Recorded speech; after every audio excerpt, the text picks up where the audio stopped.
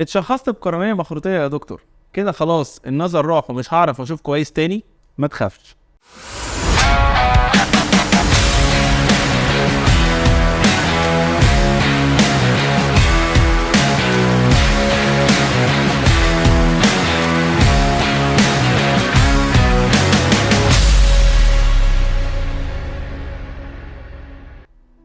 دلوقتي مع التقنيات الحديثة وطرق العلاج المبتكرة اللي بتظهر لنا كل يوم، بقينا نقدر نشخص القرنية المخروطية ونعالجها في المراحل الأولى، ويقدر المريض يرجع يشوف كويس تاني، لدرجة إن ممكن يوصل ل6 مرة تانية بعد العلاج المناسب. ولكن ده كله بيعتمد على التشخيص السليم واختيار البروتوكول العلاجي المناسب ليه. مفيش مريض قرنية مخروطية علاجه زي التاني، في مريض هيحتاج تثبيت قرنية فقط، في مريض هيحتاج تثبيت وحلقات، وفي مريض هيحتاج حلقات بس، وفي مريض مش هينفع له كل دول وممكن يحتاج زراعة قرنية.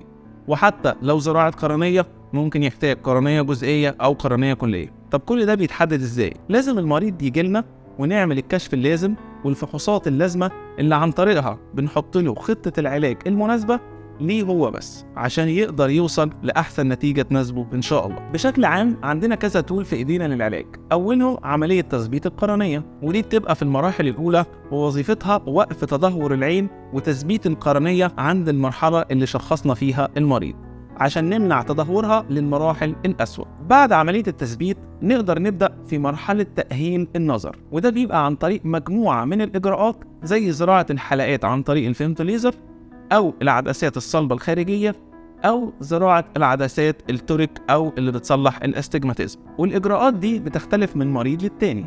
أما في المراحل المتأخرة من القرنية المخروطية واكتشاف المرض في مرحلة متأخرة، بيبقى الحل الوحيد لتحسين الرؤية هو زراعة القرنية. ولكن في معظم الحالات بنقدر ان احنا نعمل زراعة جزئية فقط للجزء المتضرر من القرنية، ودي بتبقى نسب نجاحها عالية جدا ونسب الرفض فيها ضعيفة جدا، ويقدر المريض برضه يشوف كويس مرة تانية.